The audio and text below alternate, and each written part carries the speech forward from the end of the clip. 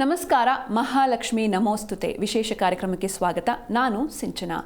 ಇವತ್ತು ನಾವು ಬೆಂಗಳೂರಿನಲ್ಲಿರುವ ಉದ್ಭವ ಆಂಜನೇಯ ದೇವಸ್ಥಾನದ ಬಗ್ಗೆ ತಿಳ್ಕೊಳ್ಳೋಣ. ಈ ದೇವಸ್ಥಾನದ ವಿಶೇಷತೆ ಏನು, ಹಿನ್ನೆಲೆ ಏನು, ಜೊತೆಗೆ ಆಂಜನೇಯನ ಆರಾಧನೆಯಿಂದ ಏನೆಲ್ಲ ಪ್ರಾಪ್ತಿಯಾಗುತ್ತೆ, ಈ ಬಗ್ಗೆ ತಿಳಿಸಿಕೊಡಲು ನಮ್ಮೊಂದಿಗಿದ್ದಾರೆ ನಾಡಿ ಜ್ಯೋತಿಷ್ಯ ಆಚಾರ್ಯರು ಡಾಕ್ಟರ್ ಅನಿಲ್ ಗುರೂಜಿ ಅವರು. ಬನ್ನಿ ಗುರುಗಳನ್ನ ಕಾರ್ಯಕ್ರಮಕ್ಕೆ ಸ್ವಾಗತಿಸೋಣ. ನಮಸ್ಕಾರ ಗುರೂಜಿ, ಕಾರ್ಯಕ್ರಮಕ್ಕೆ ಸ್ವಾಗತ. ಆತ್ಮೀಯ ಜಿ ಕನ್ನಡ ನ್ಯೂಸ್ನ ಸಮಸ್ತ ವೀಕ್ಷಕರಿಗೆ ವಿಶೇಷವಾದ ಈ ಸಂಚಿಕೆಗೆ ತಮ್ಮೆಲ್ಲರಿಗೂ ಆತ್ಮೀಯವಾದಂಥ ಸ್ವಾಗತ. ಗುರೂಜಿ, ಮೊದಲಿಗೆ ಈ ಉದ್ಭವ ಆಂಜನೇಯ ದೇವಸ್ಥಾನ ಎಲ್ಲಿದೆ, ಜೊತೆಗೆ ಇದರ ವಿಶೇಷತೆ ಏನು ಅಂತ ನೋಡಿಮ್ಮ, ಇವತ್ತು ನಮ್ಮ ಜಿ ಕನ್ನಡ ನ್ಯೂಸ್ ವಾಹಿನಿಯ ಮುಖಾಂತರ ನಿಮ್ಮೆಲ್ಲರಿಗೂ ಒಂದು ವಿಶೇಷವಾದ ದೇವಸ್ಥಾನದ ಪರಿಚಯವನ್ನು ನಾನು ಮಾಡಿಕೊಡ್ತೀನಿ. ಯಾಕೆ ಗೊತ್ತಾ? ಸಾಮಾನ್ಯವಾಗಿ ಧಾರ್ಮಿಕ ವಿಧಿವಿಧಾನಗಳನ್ನು ಅನುಸರಿಸಿ ಪ್ರತಿಷ್ಠಾಪನೆಯನ್ನು ಮಾಡಿರುವಂತಹ ದೇವಸ್ಥಾನಗಳು ಯಥೇಚ್ಛವಾಗಿ ನಿಮಗೆ ಕಾಣಸಿಗುತ್ತದೆ. ಆದರೆ ಪ್ರಕೃತಿಯಲ್ಲಿ ಅದಷ್ಟಕ್ಕೆ ಅದೇ ದೇವರು ಅಲ್ಲಿ ಆ ಜಾಗವನ್ನು ಇಷ್ಟಪಟ್ಟು ನೆಲೆಸಿದ್ದಾನೆ ಅಂದರೆ ಆ ಜಾಗನೂ ಅಲ್ಲಿ ಇಷ್ಟ ಆಗಿರುತ್ತೆ. ಅದರಲ್ಲಿ ಒಂದು ವಿಶೇಷವಾದಂತಹ ಶಕ್ತಿ ಇರುತ್ತದೆ ಅಲ್ವಾ? ನಮ್ಮ ಬೆಂಗಳೂರಲ್ಲಿ ಅಣ್ಣಮ್ಮನ ದೇವಸ್ಥಾನ ನೋಡಿದ್ದೀರ ತಾನೆ? ಅದು ಪ್ರತಿಷ್ಠಾಪಿತ ಅಲ್ಲ, ಅಮ್ಮನವರು ಸ್ವಯಂಭೂ ಇರುವಂಥದ್ದು. ಅದರ ಶಕ್ತಿ ನಿಮಗೆಲ್ಲರಿಗೂ ಗೊತ್ತಿರೋವಂಥದ್ದೇ, ಹೌದಾ ಅಲ್ವಾ? ಅದೇ ಥರ ಬೆಂಗಳೂರಿನಲ್ಲಿ ಇರುವಂತಹ ನಿಮಗೆ ಜ್ಞಾನಭಾರತಿ ಗೊತ್ತಿರ್ಬೋದಲ್ವಮ್ಮ? ಬೆಂಗಳೂರು ವಿಶ್ವವಿದ್ಯಾಲಯದ ಸಮೀಪದಲ್ಲಿ ಒಂದು ನಾಗದೇವನಹಳ್ಳಿ ಅಂತ ಇದೆಮ್ಮ. ಅಲ್ಲಿ ದೊಡ್ಡಗೊಳ್ರಟ್ಟಿ ಅಂತ ಆ ಊರಿನ ಹೆಸರು.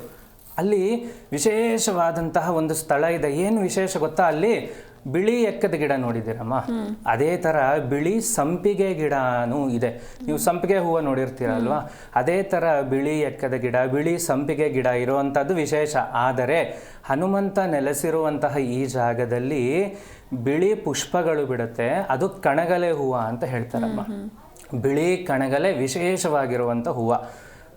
ಆ ಮರದಲ್ಲಿ ಹನುಮಂತ ನೋಡಿ, ನೀವು ಅಲ್ಲಿ ನೋಡ್ತಾ ಇರ್ಬೋದು. ನಮ್ಮ ವಾಹಿನಿಯವರು ಅದನ್ನು ಶೂಟ್ ಮಾಡಿ ನಿಮಗೆ ಅಂತ ಕೊಟ್ಟಿರುವಂಥದ್ದು. ಆ ಜಾಗದ ವಿಶೇಷತೆ ಏನು ಗೊತ್ತಾ? ಆ ಮರದಲ್ಲಿ ಹನುಮಂತ ದೇವರು ಸ್ವಯಂ ಬರಿಯ ಮುಖದ ಛಾಯೆಯನ್ನು ಮಾತ್ರ ನಾವು ಸ್ಪಷ್ಟವಾಗಿ ನೋಡಬಹುದು. ಇದು ಯಾವುದೇ ರೀತಿಯಾದಂತಹ ಕೆತ್ತನೆಯ ವಿಗ್ರಹ ಅಲ್ಲ ಅಲ್ವಾ? ವಿಗ್ರಹ ಕೆತ್ತನೆ ಮಾಡಬೇಕು ಅಂದರೆ ನಾವು ನೋಡಿ ಸ್ಪಷ್ಟವಾಗಿ ಗೋಚರ ಆಗ್ತಾ ಇದೆ ಅಲ್ಲಿ ಮಖದ ಲಕ್ಷಣ. ಆ ಮರದಲ್ಲಿ ಆ ಸುಂದರವಾಗಿರುವಂಥ ಆಂಜನೇಯನ ಮಖ ಎಷ್ಟಿದೆಯೋ ಅಷ್ಟು ಮಾತ್ರ ಮುಂದೆ ಬಂದಿರುವಂಥದ್ದು ವಿಶೇಷವಾಗಿದೆ. ಏನು ವಿಶೇಷ ಗುರೂಜಿ ಇದರಲ್ಲಿ ಅಂದರೆ ನೋಡಿ, ಎಲ್ಲಿ ದೇವರು ನೆಲೆಸಿರ್ತಾನೋ ತನ್ನ ಅಸ್ತಿತ್ವವನ್ನು ಜನರಿಗೆ ಆಶೀರ್ವಾದದ ಮುಖಾಂತರ ಭಗವಂತ ಖಂಡಿತವಾಗ್ಲೂ ತೋರಿಸ್ಕೊಡ್ತಾ ಇರ್ತಾನಮ್ಮ. ಹಾಗಾಗಿ ವಿಶೇಷವಾದ ಈ ಸ್ಥಳದಲ್ಲಿ ನಡೆಯುವಂತಹ ಆರಾಧನೆಗಳೇನು, ಮತ್ತು ಹನುಮಂತ ದೇವರಿಗೆ ಅಲ್ಲಿನ ನಿವಾಸಿಗಳೆಲ್ಲ ಸೇರಿ ನಡೆಸುವಂತಹ ಕೈಂಕರ್ಯಗಳಿದೆಯಲ್ಲ, ತುಂಬ ವಿಶೇಷವಾಗಿದೆ. ಏನು ಆಂಜನೇಯನನ್ನು ಯಾವ ರೀತಿ ಅಲ್ಲಿ ಪೂಜೆ ಮಾಡ್ತಾರೆ ಅಂದರೆ ನೋಡಿ, ನಿಮ್ಗೆ ಸ್ಪಷ್ಟವಾಗಿ ಅಲ್ಲಿ ತೋರಿಸ್ತಾ ಇರೋದು ಆ ಮರದಲ್ಲೇನೆ ಹನುಮಂತನ ಮುಖ ಅಷ್ಟು ಸ್ಪಷ್ಟವಾಗಿ ನಿಮಗೆ ಗೋಚಾರ ಆಗುವಂಥದ್ದು ವಿಶೇಷವಾದ ಹನುಮಂತನ ದೇವಸ್ಥಾನ ಇದಾಗಿರೋದ್ರಿಂದ ಇವತ್ತಿನ ಸಂಚಿಕೆಯಲ್ಲಿ ಆ ಆಂಜನೇಯನನ್ನು ಪ್ರಾರ್ಥನೆ ಮಾಡಿದರೆ ಏನು ಫಲ, ಮತ್ತು ಅಲ್ಲೊಂದು ವಿಶೇಷವಾದ ಕೆಲಸ ನಡೆಯುತ್ತೆ. ನೀವು ಇದನ್ನು ನಂಬಲೇಬೇಕು. ಯಾಕೆ ಗೊತ್ತಾ? ಸಹಸ್ರಾರು ಜನ ಅಲ್ಲಿ ಹನುಮಂತನನ್ನು ದರ್ಶನ ಮಾಡಿ ಅದರ ಜೊತೆಗೆ ಫಲ ಕೇಳುವಂಥ ಪದ್ಧತಿ ಇದೆ. ಎಷ್ಟೋ ಊರಲ್ಲಿ ನೀವು ದೇವರ ತಲೆ ಮೇಲೆ ಹೂವು ಇಟ್ಟು ಹೂವು ಬಿದ್ದರೆ ಅದು ಆ ಕೆಲಸ ನಮಗೆ ಆಗತ್ತೆ ಅನ್ನುವಂಥದ್ದು ವಾಡಿಕೆಯ ಜೊತೆಗೆ ಅದು ನಂಬಿಕೆ ಕೂಡ ಹೌದು. ದೇವರು ನಮ್ಮೊಟ್ಟಿಗೆ ಮಾತನಾಡ್ತಾನೆ ಅನ್ನುವಂತಹ ಅಚಲವಾದ ನಂಬಿಕೆ ಏನಿದೆಯಲ್ಲಮ್ಮ, ಅದು ನಿಮ್ಮನ್ನು ಕಾಪಾಡುತ್ತೆ. ಅದೇ ಥರದ ಪದ್ಧತಿ ಇಲ್ಲೂ ಕೂಡ ಇದೆ. ಈ ಆಂಜನೇಯನ ವಿಶೇಷತೆಗಳನ್ನು ನಾನು ಹೇಳ್ತಾ ಬರ್ತೀನಿ. ಮೊದಲಿಗೆ ಆಂಜನೇಯನಿಗೆ ವಿಶೇಷವಾದ ಒಂದು ಹೆಸರಿಟ್ಟಿದ್ದಾರೆ. ಏನು ಗೊತ್ತಾ? ಮುತ್ತುರಾಯ ಸ್ವಾಮಿ ದೇವಸ್ಥಾನ ಅಂತ. ಆ ದೇವಸ್ಥಾನಕ್ಕೆ ನಾನು ಹೋಗಿದ್ದೀನಿ. ಮುತ್ತುರಾಯ ಸ್ವಾಮಿ ದೇವಸ್ಥಾನ ಆಂಜನೇಯನ ಇನ್ನೊಂದು ಸ್ವರೂಪ, ಆಂಜನೇಯನ ಇನ್ನೊಂದು ಹೆಸರು. ಒಂದು ಸಣ್ಣ ಕತೆ ಹೇಳೋಣಮ್ಮ. ರಾಮಾಯಣದಲ್ಲಿ ನಿಮಗೆ ಆಂಜನೇಯ ಕಾಂಡ ಅನ್ನುವಂತಹ ಯಾವುದೇ ಸರ್ಗಗಳು ಇಲ್ಲ. ಆದರೆ ಏನಿದೆ? ಸುಂದರಕಾಂಡ ಅನ್ನುವಂಥದ್ದಿದೆ, ಹೌದಲ್ವಾ? ಆಂಜನೇಯನಿಗೆ ಅವರ ತಂದೆ ತಾಯಿ ಇಟ್ಟಿರುವಂಥ ಹೆಸರು ಸುಂದರ ಅಂತ. ಯಾಕೆ ಅಂದರೆ ಹುಟ್ಟಿದಾಗ ಮಗು ಅಷ್ಟು ಸುಲಕ್ಷಣವಾಗಿತ್ತು ಅನ್ನುವಂತಹ ವರ್ಣನೆಯನ್ನು ರಾಮಾಯಣದಲ್ಲಿ ಮಾಡಿದಾರ್ರಿ. ಹನುಮಕಾಂಡ ಅನ್ನುವಂಥದ್ದು ರಾಮಾಯಣದಲ್ಲಿಲ್ಲ, ಅರಣ್ಯಕಾಂಡ ಅಂತಿದೆ. ರಾಮದೇವರು ಅರಣ್ಯಕ್ಕೆ ಹೋಗಿ ಸಂಚಾರ ಮಾಡಿರುವಂಥದ್ದೆಲ್ಲ ಉಲ್ಲೇಖ ಮಾಡಿದ್ದಾರೆ. ಹನುಮಂತನ ಬಗ್ಗೆ ಹೇಳಿರೋದು ಯಾವುದರಲ್ಲಿ? ಸುಂದರಕಾಂಡ ಅನ್ನುವಂಥದ್ದು. ಆಂಜನೇಯನ ಹೆಸರೇ ಸುಂದರ ಅಂತ, ಆಯ್ತಮ್ಮ. ಅದರ ಜೊತೆಗೆ ಹನುಮಂತ ಅನ್ನುವಂಥ ಹೆಸರು ಏಕೆ ಬಂತು ಅನ್ನುವಂಥದ್ದು ನಿಮ್ಮ ಪ್ರಶ್ನೆ ಅಲ್ವಾ? ಅದಕ್ಕೂ ಉತ್ತರ ಕೊಡ್ತಾ ಹೋಗೋಣ. ಖಂಡಿತ ಗುರುಜಿ. ಇನ್ನು ಈ ದೇವರ ಆರಾಧನೆಯಿಂದ ಏನೆಲ್ಲ ಪ್ರಾಪ್ತಿ ಆಗುತ್ತೆ ಅಂತ ನೋಡಿ, ನಿಮಗೆಲ್ಲ ಇದು ಕತೆ ಗೊತ್ತಿರೋವಂಥದ್ದೇ. ಏನು? ಆಂಜನೇಯ ದೇವರು ಸೂರ್ಯನನ್ನು ಒಂದು ಹಣ್ಣು ಅಂತ ಹೇಳಿ, ಆ ಹಣ್ಣು ಚೆನ್ನಾಗಿದೆ, ಅದನ್ನು ತಿನ್ನುವಂತಹ ಕೆಲಸಗಳನ್ನು ಮಾಡಿಕೊಳ್ಳೋಣ ಅಂತ ಹೇಳಿ ಹಾರುವಂಥದ್ದು ನಿಮಗೆ ಗೊತ್ತಿರುವಂಥದ್ದೇ ಅಲ್ವಾ? ಅದಾದ ನಂತರದಲ್ಲಿ ಇಂದ್ರನ ವಜ್ರಾಯುಧದಿಂದ ಪೆಟ್ಟನ್ನು ತಿಂದು ಬಿದ್ದಂಥ ಸಂದರ್ಭದಲ್ಲಿ ಅವರ ತಂದೆಗೆ ತುಂಬ ಕೋಪ ಬರುತ್ತೆ. ಅವ್ರು ಏನು ಮಾಡ್ತಾರೆ? ವಾಯುದೇವರಲ್ವಾ, ತನ್ನ ಶಕ್ತಿಯಿಂದ ಆ ಪ್ರಾಣ ಅನ್ನುವಂಥದ್ದೇನಿದೆ, ವಾಯು ಅನ್ನುವಂಥದ್ದೇನಿದೆ, ಅದೆಲ್ಲ ಹಿಡಿದಿಟ್ಕೋತಾರಮ್ಮ. ಗಾಳಿನೇ ಸಿಗಲಿಲ್ಲ ಅಂದರೆ ಎಷ್ಟೊತ್ತಿರ್ಬೋದು? 1 ನಿಮಿಷಗಳ ಕಾಲ ಅಷ್ಟೇ ಅಲ್ವಾ? ಹಾಗಾಗಿ ವಾಯುದೇವರು ನನ್ನ ಮಗನಿಗೆ ಈ ಥರ ಆಗಿದೆ ಅಂತ ಹೇಳಿ ಆ ವಾಯುವನ್ನೆಲ್ಲ ಹಿಡಿದಿಟ್ಕೋತಾರೆ. ಗಾಳಿನೇ ಇಲ್ಲದೆ ಇದ್ದಾಗ, ಪ್ರಾಣನೇ ಇಲ್ಲ ಅನ್ನುವಂಥ ಪರಿಸ್ಥಿತಿ ಉಂಟಾದಾಗ ದೇವಾನುದೇವತೆಗಳೆಲ್ಲರೂ ಬಂದು ವಾಯುದೇವರನ್ನು ಕೇಳ್ಕೊತಾರೆ, ನೀವು ಈ ಥರ ಮಾಡಬೇಡಿ ಅಂತ. ಆಗ ವಾಯುದೇವರು ಹೇಳುವಂಥದ್ದು ಒಂದೇ ಮಾತು, ನನ್ನ ಮಗನನ್ನು ನೀವೆಲ್ಲರೂ ರಕ್ಷಿಸಿ ಅವನನ್ನು ಶಕ್ತಿವಂತನಾಗಿ ಮಾಡಿದ್ದಾರೆ, ನನ್ನ ಕರ್ತವ್ಯ ನಾನು ಮಾಡ್ತೀನಿ ಅನ್ನುವಂಥದ್ದನ್ನು ಹೇಳ್ತಾರೆ. ಆಯಿತಾ? ಆ ಸಂದರ್ಭದಲ್ಲಿ ಏನಾಗುತ್ತೆ? ಹನುಮದೇವರಿಗೆ ಎಲ್ಲ ದೇವಾನುದೇವತೆಗಳು ಒಂದು ಆಶೀರ್ವಾದವನ್ನು ಮಾಡ್ತಾರೆ. ನೀನು ಚಿರಂಜೀವಿಯಾಗಿರು, ನಿನ್ನನ್ನು ಆರಾಧನೆ ಮಾಡುವವರಿಗೆ ಗ್ರಹಗಳ ಭೀತಿ ಇರಬಾರದು, ಗ್ರಹಗಳ ಕಾಟ ಇರಬಾರದು, ಗ್ರಹಗಳ ದೋಷವೂ ಇರಬಾರದು ಅನ್ನುವಂತಹ ಆಶೀರ್ವಾದವನ್ನು ದೇವಾನುದೇವತೆಗಳು ಮಾಡ್ತಾರೆ. ಬ್ರಹ್ಮದೇವರು ಒಂದು ಆಶೀರ್ವಾದ ಮಾಡ್ತಾರೆ ಆಂಜನೇಯನಿಗೆ. ಏನು ಗೊತ್ತಾ? ನನ್ನ ನಂತರದಲ್ಲಿ ಕಲಿಯುಗದಲ್ಲಿ ನೀನು ಬ್ರಹ್ಮನಾಗುತ್ತೀಯಾ ಅಂತ ಆಶೀರ್ವಾದ ಮಾಡ್ತಾರೆ. ಅಂದರೆ ಏನು? ಕಲಿಯುಗದ ಬ್ರಹ್ಮ ಅಂದರೆ ಹನುಮಂತ ದೇವರು. ಹಾಗಾಗಿ ಆಂಜನೇಯ ಬ್ರಹ್ಮನ ಸ್ಥಾನಕ್ಕೆ ಇರುವಂಥವನು. ಅಂದರೆ ಅವನ ಶಕ್ತಿ, ಅವನ ವಿದ್ಯೆ, ಅವನ ಪಾಂಡಿತ್ಯ ಎಲ್ಲವೂ ಕೂಡ ಜನರ ಆಶೀರ್ವಾದಕ್ಕೋಸ್ಕರನೇ ಇರುವಂಥದ್ದು. ಸದಾತ್ಮ ಧ್ಯಾನ ನಿರತಂ ಅಂತ ಯಾವಾಗಲೂ ಆಂಜನೇಯ ರಾಮರ ಧ್ಯಾನದಲ್ಲಿರ್ತಾರೆ. ಅದಕ್ಕೆ ವಿಶೇಷತೆ ಏನು ಗೊತ್ತಾ? ಆಂಜನೇಯನ ದೇವಸ್ಥಾನದಲ್ಲಿ ಹನುಮಂತ ಹನುಮಂತ ಹನುಮಂತ ಅಂತ ಪ್ರಾರ್ಥನೆ ಮಾಡೋದಕ್ಕಿಂತ ಹೆಚ್ಚಾಗಿ ರಾಮ ರಾಮ ರಾಮ ರಾಮ ಅಂತ ಪ್ರಾರ್ಥನೆ ಮಾಡಿದ್ರೆ ಆಂಜನೇಯ ರಾಮ ಶಬ್ದವನ್ನು ಕೇಳಿಸ್ಕೊಳ್ಳೋಕೆ ಬಂದೇ ಬರ್ತಾರೆ. ಅದರ ಜೊತೆಗೆ ನಿಮ್ಮ ಸಮಸ್ಯೆಗಳು ಕಷ್ಟಗಳಿದ್ರೂ ಕೇಳಿಸ್ಕೋತಾರೆ. ಖಂಡಿತ ಗುರುಜಿ. ಒಬ್ರು ಕಾಲರ್ ಇದ್ದಾರೆ ಹಾಸನಿಂದ, ಚಂದ್ರಶೇಖರ್ ಅಂತ. ನಮಸ್ತೆ. ನಮಸ್ಕಾರ ಮೇಡಮ್. ಗುರೂಜಿ ಇದ್ದಾರೆ, ಮಾತನಾಡಿ ಸರ್. ನಮಸ್ತೆ ಚಂದ್ರಶೇಖರ್ ಅವರೇ, ಹೇಳಿ. ನಮ್ಮ ಮಿಸಸ್ ಬಗ್ಗೆ ಕೇಳಬೇಕಾಗಿತ್ತು. ಹೇಳಿ. ಅವ್ರದ್ದು ಜನ್ಮ ದಿನಾಂಕ ಏನಾದರೂ ಗೊತ್ತಿದೆಯಾ? 25/1 ಹಾಂ 1975.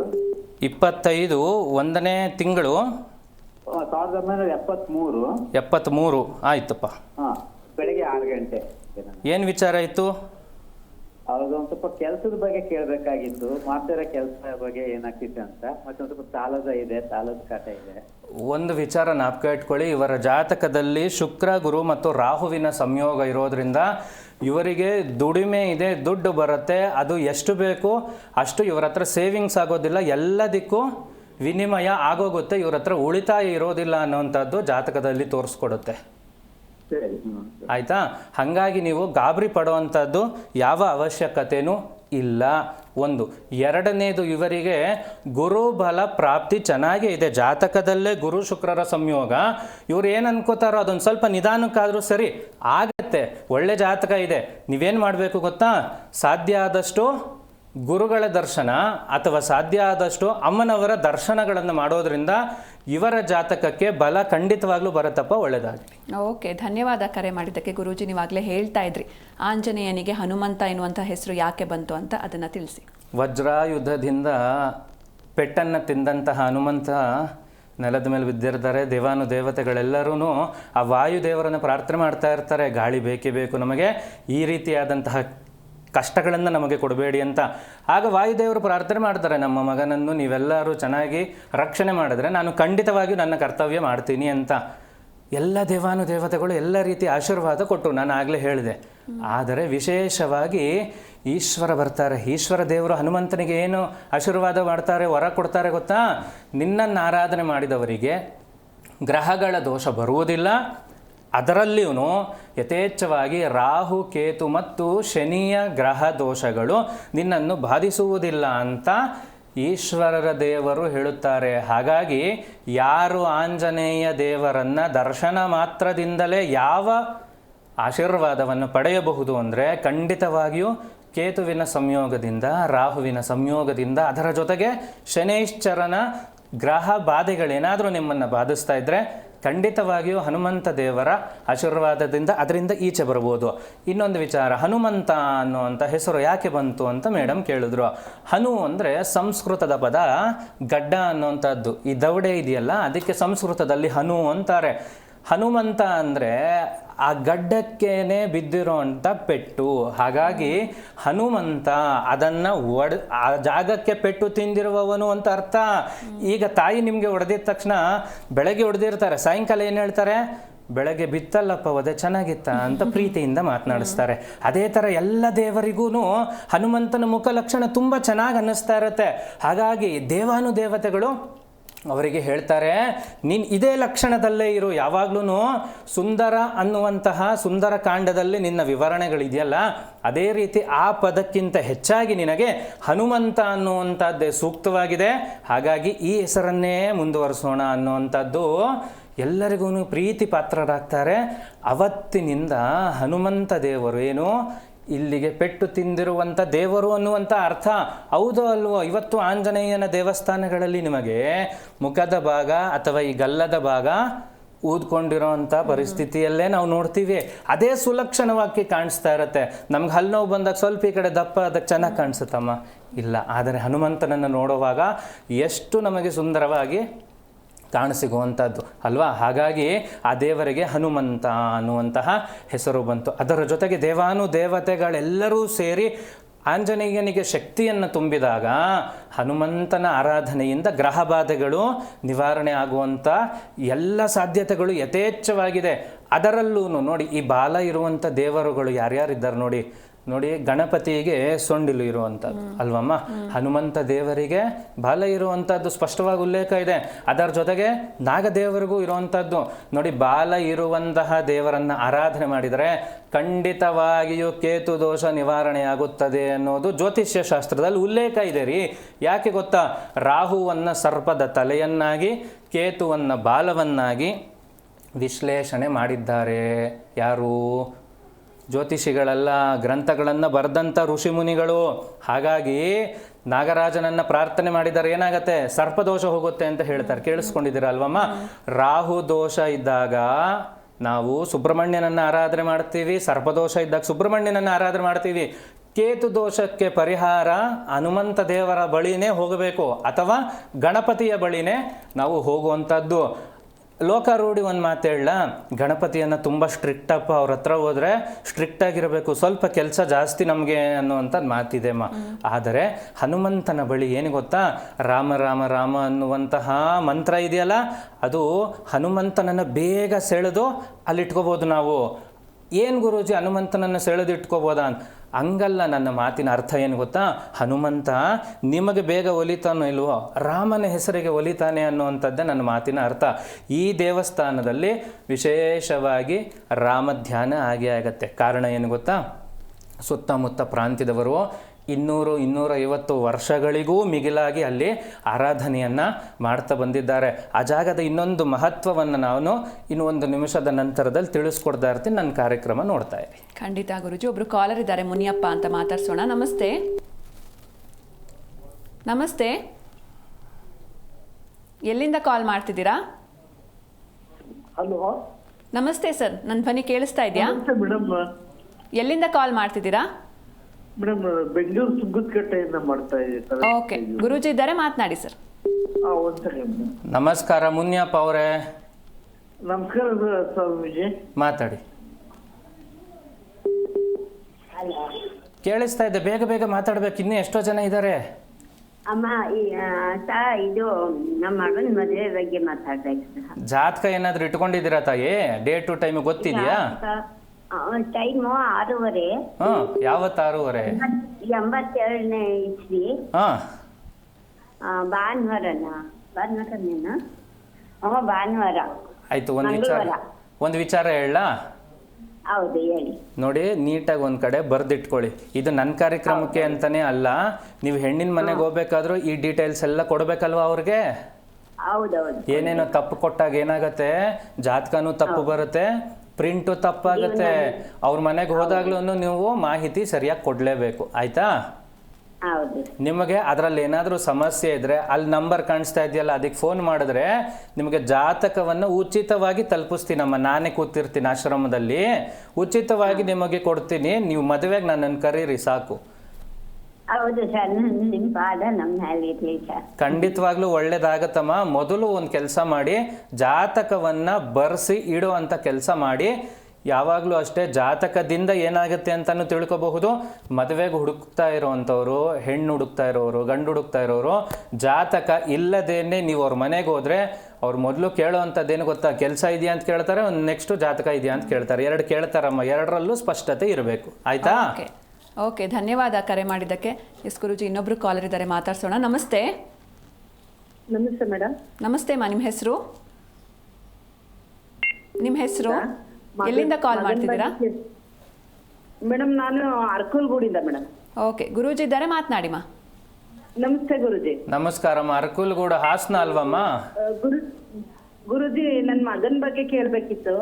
ಕೇಳೋಣಮ್ಮ, ಮಾತಾಡೋಣ. ಹಾಸನ ಹತ್ರ ಅಲ್ವಾ ಅರಕುಲ್ಗೂಡು ಇರೋದು? ಹೌದು ಸ್ವಾಮೀಜಿ, ಹೌದು. ಆಯ್ತಮ್ಮ, ಹೇಳಿ. ಸ್ವಾಮೀಜಿ, ನನ್ನ ಮಗನ ಡೇಟ್ ಆಫ್ ಬರ್ತ್ ಬಂದು 12/8/2004. 12/8ನೇ ತಿಂಗಳು 2004. ಸಮಯ. ಹಾಂ, ಅವನದು ಈ ವರ್ಷ ಫೈನಲ್ ಇಯರ್ ಇಂಜಿನಿಯರಿಂಗ್ ಮಾಡ್ತಾ ಇದ್ದಾನೆ. ಆಯ್ತು. ಅದಕ್ಕೆ ಅವನಿಗೆ ಫ್ಯೂಚರ್ ಅಲ್ಲಿ ಒಳ್ಳೆ ಜಾಬ್ ಸಿಗುತ್ತಾ, ಹೆಂಗಿದೆ? ಆಯ್ತಮ್ಮ. ಯಾವ್ದು ಮೆಕ್ಯಾನಿಕಲ್ ಮಾಡ್ತಾ ಇದ್ದಾರಾ ಅಥವಾ ಸೈನ್ಸ್? ಕಂಪ್ಯೂಟರ್ ಸೈನ್ಸ್ ಗುರುಜಿ. ಕಂಪ್ಯೂಟರ್ ಸೈನ್ಸಲ್ಲಿ ಮಾಡ್ತಾ ಇದ್ದಾರೆ ಅಂದ್ರೆ ಅವರಿಗೆ ಕುಜಗ್ರಹ ಚೆನ್ನಾಗಿರಬೇಕು. ನೋಡಿ, ಜಾತಕದಲ್ಲಿ ಬುಧನ ಜೊತೆ ಕುಜನ ಸಂಯೋಗವು ಇರುವುದರಿಂದ ಇವ್ರಿಗೆ ವಿದ್ಯೆಯಲ್ಲಿ ಏನು ಸಮಸ್ಯೆ ಬರಲ್ಲಮ್ಮ, ಆಯ್ತಾ? ಓದ್ಕೋತಾರೆ, ನೀಟಾಗಿ ಕಂಪ್ಲೀಟ್ ಮಾಡ್ಕೋತಾರೆ, ಆಯ್ತಾ? ಅದರ ಜೊತೆಗೆ ಶುಕ್ರ ಶನಿಯ ಸಂಯೋಗ ಇರೋದ್ರಿಂದ ಇವ್ರಿಗೆ ಓದಿರೋ ತಕ್ಕನಂಥ ಕೆಲಸನೂ ಸಿಗತ್ತೆ. ಅದರಲ್ಲಿ ಹಣಕಾಸಿನ ಹರಿವು ಸ್ವಲ್ಪ ಕಡಿಮೆ ಇರುತ್ತೆ. ಶನಿ ಇರೋದ್ರಿಂದ ಸ್ವಲ್ಪ ನಿಧಾನಕ್ಕೆ ಇವರು ಸೆಟ್ಲ್ ಆಗ್ತಾರೆ. ಅರ್ಥ ಆಗ್ತಾ ಇದೆಯಾ? ಓಕೆ, ತುಂಬ ಪ್ರೆಷರ್ ಮಾಡಿ ಇವರಿಗೆ ಒಳ್ಳೆ ಕೆಲಸಕ್ಕೆ ಮೊದಲನೇ ಸತಿನೇ ಹೋಗಬೇಕು ಅನ್ನೋಂಥ ವಿಚಾರಗಳನ್ನೆಲ್ಲ ಹೇಳಬೇಡಿ. ಜಾತಕದಲ್ಲಿ ಶನಿಯ ಸಂಯೋಗ ಇರೋದ್ರಿಂದ ಲೇಟಾಗಿ ಸಿಗತ್ತೆ, ಚೆನ್ನಾಗಿ ಆಗ್ತಾರಮ್ಮ. ಒಳ್ಳೇದಾಗಲಿ. ಓಕೆ, ಧನ್ಯವಾದ ಕರೆ ಮಾಡಿದ್ದಕ್ಕೆ. ಗುರೂಜಿ, ನೀವಾಗಲೇ ಹೇಳ್ತಾ ಇದ್ರಿ ಈ ಜಾಗದ ವಿಶೇಷತೆಯ ಬಗ್ಗೆ ತಿಳಿಸ್ತೀನಿ ಅಂತ, ಅದನ್ನು ತಿಳಿಸ್ಕೊಡಿ. ಸುಮಾರು 150ರಿಂದ 200 ವರ್ಷಗಳ ಇತಿಹಾಸ ಇರುವಂತಹ ಮುತ್ತುರಾಯ ಸ್ವಾಮಿ ದೇವಸ್ಥಾನ ಅನ್ನೋಂಥದ್ದೇನಿದೆ, ಆ ನಾಗದೇವನಹಳ್ಳಿ ಮತ್ತು ಸುತ್ತಮುತ್ತ ಗ್ರಾಮಗಳು, ಆ ಗೊಲ್ಲರಹಟ್ಟಿ, ಆ ಸುತ್ತಮುತ್ತ ಗ್ರಾಮದವರೆಲ್ಲರೂ ಸೇರಿ ಆಂಜನೇಯನನ್ನು ವಿಶೇಷವಾಗಿ ಆರಾಧನೆ ಮಾಡ್ತಾರೆ. ಅದರಲ್ಲೂ ಶನಿವಾರದೊತ್ತಂತೂ ಹನುಮಂತ ದೇವರನ್ನು ದರ್ಶನ ಮಾಡೋದಕ್ಕೆ ಅಂತಲೇ ಯಥೇಚ್ಛವಾದ ಜನ ಬರ್ತಾರೆ. ಅಲ್ಲಿನ ವಿಶೇಷ ನಾನು ಆಗಲೇ ಹೇಳಿಕೊಟ್ಟೆ, ಮರದಲ್ಲೇ ತಾನೇ ಆ ಜಾಗವನ್ನು ಆಯ್ಕೆ ಮಾಡಿಕೊಂಡು ಉದ್ಭವ ಸ್ವರೂಪನಾಗಿರುವಂತಹ ಆಂಜನೇಯ ಇರುವಂಥ ಸ್ಥಳ ಅದಾಗಿರೋದ್ರಿಂದ ಅಲ್ಲಿ ವಿಶೇಷವಾದಂತಹ ಅಭಿಷೇಕಗಳಾಗಲಿ. ನೋಡಿ, ದೇವಸ್ಥಾನಗಳಲ್ಲಿ ಪ್ರತಿದಿನ ಯಾವ ರೀತಿಯಾಗಿ ಅಭಿಷೇಕಗಳು ವಿಗ್ರಹಗಳಿಗೆ ಮಾಡ್ತಾರೆ, ಅಲ್ಲಿ ಮರ ಇರೋದ್ರಿಂದ ಅಭಿಷೇಕದ ವ್ಯವಸ್ಥೆ ಇಲ್ಲ. ಕೆಳಗಡೆ ಅಲ್ಲಿ ನೋಡಿ, ಅದು ನಿಮಗೆ ವಿಗ್ರಹ ಕಾಣಿಸ್ತಾ ಇದೆಯಲ್ಲ, ಆ ಜಾಗನೂ ಕೂಡ ಉದ್ಭವವಾಗಿ ಬಂದಿರುವಂಥದ್ದು. ಅಲ್ಲಿ ಪ್ರತಿನಿತ್ಯ ಅಭಿಷೇಕ ಅಲಂಕಾರಗಳಾಗತ್ತೆ. ಆ ಜಾಗದಲ್ಲಿ ಹರಕೆ ಕಟ್ಕೊಳ್ಳುವಂಥದ್ದಿದೆ. ಏನು ಗೊತ್ತಾ? ಹೋಮ ಮಾಡಿಸ್ತೀನಿ, ಹವನ ಮಾಡಿಸ್ತೀನಿ ಅಂತ ಹರಿಕೆ ಆ ದೇವಸ್ಥಾನಗಳಲ್ಲಿ ಇಲ್ಲ. ಅಲ್ಲಿ ಹರಿಕೆಗೊಂದು ವಿಧಾನ ಇದೆ. ಅದೇ ಮರದಲ್ಲಿ ಬಿಡುವಂತಹ ಪುಷ್ಪಗಳನ್ನು ಕೈಯಲ್ಲಿ ಹಿಡ್ಕೊಂಡು ಆಂಜನೇಯ ನನಗೆ ಈ ಕೆಲಸವನ್ನು ಮಾಡಿಕೊಟ್ರೆ 2 ವಾರಗಳ ಕಾಲನೋ 3 ವಾರಗಳ ಕಾಲನೋ ಬೆಣ್ಣೆ ಅಲಂಕಾರ ಮಾಡಿಸ್ತೀನಿ ಅನ್ನುವಂಥದ್ದು ವಿಶೇಷವಾಗಿ ನಡೆಯುವಂಥದ್ದು ಆರಾಧನೆ ಅಲ್ಲಿ. ಇನ್ನು ಯಾವುದೇ ರಸೀದಿ ಬರ್ಕೊಟ್ಟು ನಿಮಗೆ ಅಭಿಷೇಕಕ್ಕಾಗಲಿ ಅಲಂಕಾರಕ್ಕಾಗಲಿ ಮಾಡುವಂಥ ಪದ್ಧತಿನ ಊರವ್ರು ಇಟ್ಕೊಂಡಿಲ್ಲ ಅಲ್ಲಿರೋವಂಥದ್ದೇನು ಹಿಂದಿನ ಕಾಲದಿಂದ ನಡ್ಕೊಂಡು ಬಂದಿರೋವಂಥದ್ದು. ಯಾಕೆ ಗೊತ್ತಾ? ಆ ಸುತ್ತಮುತ್ತ ಪ್ರಾಂತ್ಯದಲ್ಲೆಲ್ಲ ಹಸುವನ್ನು ನಂಬಿ ಜೀವನ ಮಾಡ್ತಾ ಇರುವಂಥ ಸಮುದಾಯದವರು ಇರೋದ್ರಿಂದ ಯಥೇಚ್ಛವಾಗಿ ಹನುಮಂತನಿಗೆ ಅಲ್ಲಿ ಬೆಣ್ಣೆ ಸಮರ್ಪಣೆ ತುಂಬ ಶ್ರೇಷ್ಠ. ಆ ಪದ್ಧತಿಯನ್ನು ರೂಢಿಸ್ಕೊಂಡು ಬಂದಿದ್ದಾರೆ. ಅವರು ಸಲ್ಲಿಸುವಂತಹ ಬೆಣ್ಣೆಯನ್ನು ಭಗವಂತ ಸ್ವೀಕಾರ ಮಾಡ್ತಾನೆ. ಅವರಿಗೆ ಆ ಜಾಗದಿಂದ ನಿಜವಾದ ಜೀವನ ಮುಕ್ತಿ ಅನ್ನೋದಕ್ಕಿಂತ ಹೆಚ್ಚಾಗಿ ದೇವರ ಮೇಲೆ ಭಕ್ತಿ ಶ್ರದ್ಧೆ ಎಲ್ಲವೂ ಸಿಕ್ಕಿರುವಂಥ ಜಾಗ ಅದಾಗಿದೆ. ಒಂದೇ ಒಂದು ವಿಶೇಷ ಹೇಳ್ತೀನಿ ಕೇಳಿ. ಸುತ್ತಮುತ್ತ ಪ್ರಾಂತ್ಯದಲ್ಲೆಲ್ಲ ಹಸು ಸಾಕಿರೋರೇ ಜಾಸ್ತಿ ಇರ್ತಾರೆ. ಅವರು ಹಸು ಹಾಲು ಕರೆದು ಅದರ ದೈನಂದಿನ ಕೆಲಸ ಮುಗ್ದಿದ ತಕ್ಷಣ ಈಚೆ ಬಿಡ್ತಾರೆ. ಸಂಜೆ 4 ಗಂಟೆ 5 ಗಂಟೆ ನಂತರದಲ್ಲಿ ಹಸು ಏನಾದರೂ ಅವರ ಶೆಡ್ಡಿಗೆ ಅಥವಾ ಅವರ ಜಾಗಕ್ಕೆ ಬರಲಿಲ್ಲ ಅಂದಾಗ ಅವ್ರು ಬೇರೆ ಎಲ್ಲೂ ಹುಡ್ಕೊಂಡು ಹೋಗಲ್ಲ ರೀ, ಆಂಜನೇಯನ ಹತ್ರ ಬರ್ತಾರೆ. ಒಂದೇ ಮಾತು ಅವ್ರು ಕೇಳೋದು, ಆಂಜನೇಯ ನಮ್ಮನೆ ಹಸು ನಮ್ಮನೆಗೆ ಬರಬೇಕು ಅನ್ನುವಂತಹ ಪ್ರಾರ್ಥನೆ ಮಾಡ್ತಾರೆ. ನೀವು ನಂಬ್ತಿರೋ ಇಲ್ವೋ, ನಾನೇ ಕಣ್ಣಾರೆ ನೋಡಿದ್ದೀನಿ. ಇವರು ಅವ್ರ ಮನೆಗೆ ಹೋಗೋ ಅಷ್ಟರಲ್ಲಿ ಹಸು ಅವ್ರ ಮನೆಗೆ ಹೋಗಿರುತ್ತಮ್ಮ. ಅಂಥ ವಿಶೇಷವಾದ ಜಾಗ ಅದಾಗಿರೋದ್ರಿಂದಾನೇ ಜೀ ಕನ್ನಡ ನ್ಯೂಸ್ ವಾಹಿನಿಯ ಮುಖಾಂತರ ನಾನು ನಿಮ್ಮೆಲ್ಲರಿಗೂ ಹನುಮಂತ ದೇವರ ದರ್ಶನವನ್ನು ಮಾಡಿದ್ದೀನಿ. ನಾನು ಮೊನ್ನೆ ಹೋಗಿದ್ದೆ. ಮುಂದೆ ಡಿಸೆಂಬರ್ 2ನೇ ತಾರೀಕು ಹನುಮಂತನ ಜಯಂತಿ ಇರೋದ್ರಿಂದ ಅಲ್ಲಿ ವಿಶೇಷವಾದ ಆರಾಧನೆಗಳಿರುತ್ತೆ. ನಾನು ಆ ಜಾಗದಲ್ಲಿ ಇರ್ತೀನಿ. ಆ ದೇವಸ್ಥಾನಕ್ಕೆ ಒಂದು ಆಡಳಿತ ಮಂಡಳಿ ಅಂತ ಮಾಡ್ಕೊಂಡಿದ್ದಾರಮ್ಮ.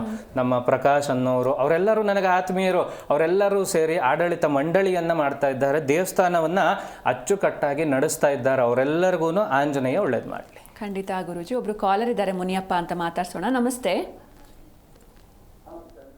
ಗುರೂಜಿ ಇದ್ದಾರೆ, ಮಾತನಾಡಿ ಸರ್. ಮಾತಾಡಿ ಗುರೂಜಿ ಇದ್ದಾರೆ, ಮಾತಾಡಿ. ಇಲ್ಲಾಂದ್ರೆ ಕಾಲ್ ಕಟ್ ಆಗತ್ತೆ. ಗುರೂಜಿ ಇದ್ದಾರೆ, ಮಾತನಾಡಿ. ನಮಸ್ಕಾರ.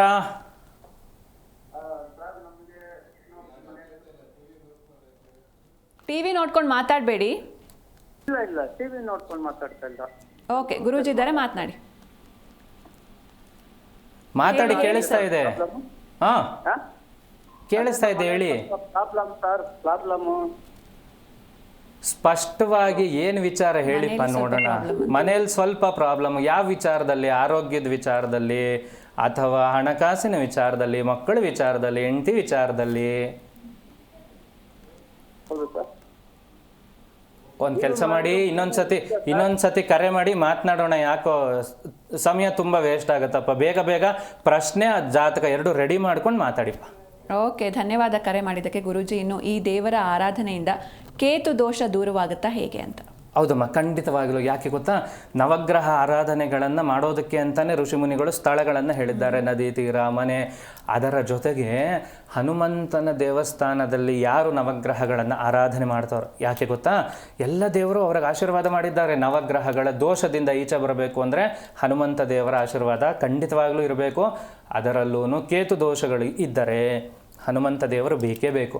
ಅದರ ಜೊತೆ ವಿಶೇಷ ಏನು ಗೊತ್ತಾ? ಯಾರು ರಾಮದೇವರನ್ನು ನಂಬ್ತಾರೋ ಆ ರಾಮದೇವರ ಆಶೀರ್ವಾದ ಯಾರ ಮೇಲಿರುತ್ತೋ ಹನುಮಂತ ಅವ್ರ ಜೊತೆಯಲ್ಲಿ ಇರ್ತಾರ್ರಿ. ಹನುಮಂತ ಯಾರು ಜೊತೆಯಲ್ಲೇ ಇರ್ತಾರೋ ಖಂಡಿತವಾಗಿಯೂ ನಿಮ್ಮೆಲ್ಲರಿಗೂ ಗೊತ್ತಿರೋ ಹಂಗೆ ಶನೇಶ್ಚರ ನೋಡಿ. ಪರಾಶರ ಪದ್ಧತಿಯಲ್ಲಾದರೆ 7.5 ಅಂತೆಲ್ಲ ನೋಡ್ತಾರಲ್ಲ. ಆದರೆ ನಾಡಿ ಜ್ಯೋತಿಷ್ಯದಲ್ಲಿ ನಿಮ್ಮ ಜಾತಕದಲ್ಲಿ ಶನಿಯ ಸಂಯೋಗ ಇದ್ದಂಥ ಸಂದರ್ಭದಲ್ಲಿ ಹನುಮ ದೇವರನ್ನು ಖಂಡಿತ ಪ್ರಾರ್ಥನೆ ಮಾಡಿ ನೋಡಿ. ಡೈರೆಕ್ಟಾಗಿ ನಾವು ಜಡ್ಜ್ ಹತ್ರ ಹೋಗೋಕ್ಕಾಗಲ್ಲ. ಯಾರು ಜಡ್ಜ್ ಅಂದರೆ ಶನೇಶ್ಚರ ರೀ. ಜನೇಶ್ಚರನ ಹತ್ರ ಹೋಗಿ ನಮ್ಮದೇ ತಪ್ಪಾಗಿದೆ ಅಂತ ತಪ್ಪಿಟ್ಕೊಂಡು ಜಡ್ಜ್ ಹತ್ರ ಹೋದ್ರೆ ಏನು ಮಾಡ್ತಾರಮ್ಮ? ಶಿಕ್ಷೆ ಕೊಡ್ತಾರೆ. ಆದರೆ ಹನುಮಂತನನ್ನು ಪ್ರಾರ್ಥನೆ ಮಾಡಬೇಕು. ಗೊತ್ತೋ ಗೊತ್ತಿಲ್ಲದೇನೋ ತಪ್ಪಾಗಿದೆ, ಒಂಚೂರು ಸಹಾಯ ಮಾಡುವಂಥ ಹನುಮಂತನನ್ನು ಪ್ರಾರ್ಥನೆ ಮಾಡಬೇಕು. ಯಾಕೆ ಗೊತ್ತಾ? ಸಹಾಯ ಮನೋಭಾವ ಇರುವಂತಹ ದೇವರು ಯಾರಾದರೂ ಇದ್ರೆ ಅದು ಒಂದು ಗಣಪತಿ, ಇನ್ನೊಂದು ನಮ್ಮ ಆಂಜನೇಯ ರೀ. ಯಾಕೆ? ರಾಮದೇವರಿಗೆ ಸಹಾಯ ಮಾಡಿದವರು ಯಾರು? ಹನುಮಂತ ಅಲ್ವೇನ್ರಿ? ಅದೇ ಥರ ಆಂಜನೇಯನನ್ನು ಪ್ರಾರ್ಥನೆ ಮಾಡಿದರೆ ಖಂಡಿತವಾಗಿಯೂ ವಿಶೇಷವಾದ ನವಗ್ರಹಗಳ ದೋಷ, ಅದರಲ್ಲೂ ಕೇತು ದೋಷ ಆಗಲಿ ರಾಹು ದೋಷ ಆಗಲಿ, ನಿಮ್ಮೆಲ್ಲರಿಗೂ ಭಯ ಇರುವಂಥ ಶನಿ ದೋಷನೂ ನಿವಾರಣೆ ಮಾಡುವಂಥ ಸ್ಥಳ ಅದಾಗಿದೆ. ಹಾಗಾಗಿ ವಿಶೇಷವಾಗಿ ಆ ಜಾಗವನ್ನು ನಾನು ನಿಮಗೆ ಈ ಸಂಚಿಕೆ ಮುಖಾಂತರ ತೋರಿಸ್ಕೊಟ್ಟಿದ್ದೀನಿ. ಅಲ್ಲಿಗೆ ಹೋಗಿ ಯಾವುದೇ ಶುಲ್ಕ ಪಡೆಯುವಂತಹ ವ್ಯವಸ್ಥೆ ಆ ದೇವಸ್ಥಾನದಲ್ಲಿ ಇಲ್ಲ. ಹಾಗಾಗಿ ನೀವೇ ಹೋಗಿ ಆರಾಧನೆ ಮಾಡಬಹುದು. ಇನ್ನೊಂದು ಆ ಜಾಗದ ವಿಶೇಷ ಏನು ಗೊತ್ತಮ್ಮ? ಬೇರೆ ದೇವಸ್ಥಾನಗಳಲ್ಲಿ ನೀವು ಈಜೆ ನಿಂತು ದೇವರ ದರ್ಶನಗಳನ್ನು ಮಾಡಬೇಕು. ಆದರೆ ಅಲ್ಲಿರುವಂತಹ ಹನುಮಂತನ ದೇವಸ್ಥಾನದಲ್ಲಿ ವರ್ಷಕ್ಕೆ 2 ಬಾರಿ, ಒಂದು ಹನುಮ ಜಯಂತಿ, ಇನ್ನೊಂದು ರಾಮನವಮಿ ದಿನ ಮಾತ್ರ ದೇವಸ್ಥಾನದ ಒಳಗಡೆ ಯಾರನ್ನೂ ಬಿಡಲ್ಲ. ಯಾಕೆಂದ್ರೆ ಯಥೇಚ್ಛವಾದ ಅಲಂಕಾರ ಆಗಿರುತ್ತೆ.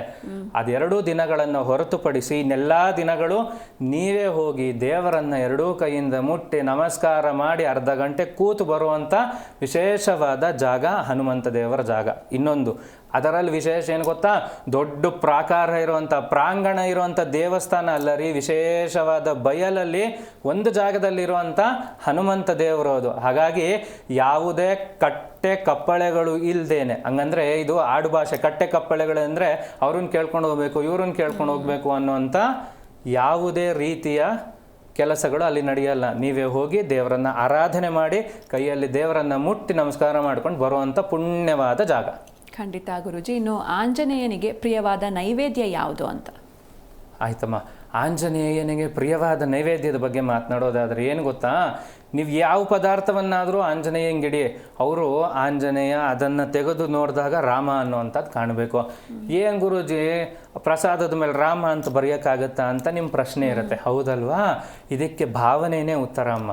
ಏನು ಗೊತ್ತಾ, ನೀವು ಏನೇ ಪ್ರಸಾದ ಆಗಲಿ, ಹಣ್ಣುಕಾಯಿ ಆಗಲಿ, ತುಳಸಿ ಆಗಲಿ ತೊಗೊಂಡು ಹೋದಾಗ ಆ ತುಳಸಿಯನ್ನು ನೀವು ಕೈಯಲ್ಲಿ ಇಟ್ಕೊಂಡಾಗ ರಾಮ ರಾಮ ರಾಮ ಅನ್ನೋಂಥದ್ದು ಇರಬೇಕು. ಆ ಭಕ್ತಿ ಭಾವನೆ ತುಳಸಿ ಒಳಗಡೆ ಸೇರಿದಾಗ, ಆಂಜನೇಯ ತುಳಸಿಯನ್ನು ಸ್ವೀಕಾರ ಮಾಡಿದಾಗ ಅದರಲ್ಲೇನಿರುತ್ತೆ, ರಾಮ ಅನ್ನೋವಂಥದ್ದು ಇರುತ್ತೆ ರೀ. ಅದರ ಬದಲು ಅವ್ನಿಗೆ ಹಂಗಾಯ್ತು ಇವ್ನಿಗೆ ಹಿಂಗಾಯ್ತು ಅಂತ ತುಳಸಿ ಕೈಯಲ್ಲಿ ಇಟ್ಕೊಂಡು ಮಾತಾಡ್ತಾ ಇರ್ತೀವಿ. ಅದನ್ನು ತೊಗೊಂಡೋಗಿ ಆಂಜನೇಯಂಗೆ ಸಮರ್ಪಣೆ ಮಾಡಿದ್ರೆ ಆಂಜನೇಯ ನನಗೆ ಅದೆಲ್ಲ ಬೇಡಪ್ಪ, ರಾಮನಾಮ ಇದೆಯಾ ಅಂತ ಅಷ್ಟೇ ಹುಡುಕ್ತಾನೆ. ಆಯಿತಾ? ಎಷ್ಟು ಚೆನ್ನಾಗಿರೋ ಹಾಡು ರೀ, ಎಲ್ಲಿ ಹನುಮನು ಅಲ್ಲಿ ರಾಮನು ಅನ್ನೋವಂಥದ್ದೆಲ್ಲ ಇಲ್ವಾ? ಅದೇ ತತ್ವನ, ಅದೇ ಸಿದ್ಧಾಂತವನ್ನು ನೀವು ಖಂಡಿತವಾಗ್ಲೂ ಮುಂದುವರ್ಸ್ಕೊಂಡು ಹೋಗಬೇಕು. ಆಂಜನೇಯನನ್ನು ಪ್ರಾರ್ಥನೆ ಮಾಡುವಾಗ ಸದಾತ್ಮ ಧ್ಯಾನ ನಿರತಂ ಅಂತ ಆಗಲೇ ಹೇಳ್ಕೊಟ್ಟೆ ಅಲ್ವಾ? ಶ್ರೀರಾಮ ರಾಮ ರಾಮೇತಿ ರಮೇ ರಾಮೇ ಮನೋರಮೆ ಸಹಸ್ರನಾಮ ತತ್ತುಲ್ಯಂ ರಾಮನಾಮ ವರಾನನೆ ಅನ್ನುವಂಥ ಮಂತ್ರಕ್ಕೆ ಆಂಜನೇಯ ಒಲಿತಾನೆ ಹೊರತು, ಆಂಜನೇಯನನ್ನು ಯಥೇಚ್ಛವಾಗಿ ಆರಾಧನೆ ಮಾಡಬೇಕು ಅಂದರೆ ರಾಮದೇವರು ಖಂಡಿತವಾಗ್ಲೂ ಇರಬೇಕು. ರಾಮ ಇದ್ದ ಕಡೆ ಹನುಮಂತ ಖಂಡಿತವಾಗ್ಲೂ ಇದ್ದೇ ಇರ್ತಾನೆ ಅನ್ನುವಂಥದ್ದೇ ವಿಶೇಷ. ಖಂಡಿತ ಗುರುಜಿ. ಇನ್ನು ಇಷ್ಟು ಹೊತ್ತು ಸಾಕಷ್ಟು ವಿಷಯಗಳನ್ನ ತಿಳಿಸ್ಕೊಟ್ರಿ, ಧನ್ಯವಾದಗಳು.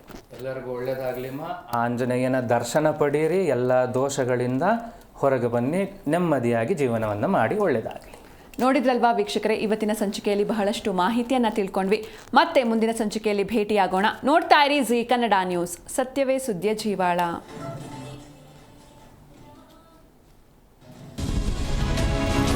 ಹೆಚ್ಚಿನ ಮಾಹಿತಿಗಾಗಿ ಸಂಪರ್ಕಿಸಿ ಡಾಕ್ಟರ್ ಅನಿಲ್ ಗುರೂಜಿ, ಆನಂದ ಸೇವಾ ಸದನ ಟ್ರಸ್ಟ್, ವೃದ್ಧಾಶ್ರಮ ಮತ್ತು ಪುನರ್ವಸತಿ ಕೇಂದ್ರ, ಜವರೇಗೌಡ ನಗರ, ರಾಜರಾಜೇಶ್ವರಿ ನಗರ, ಬೆಂಗಳೂರು 560098.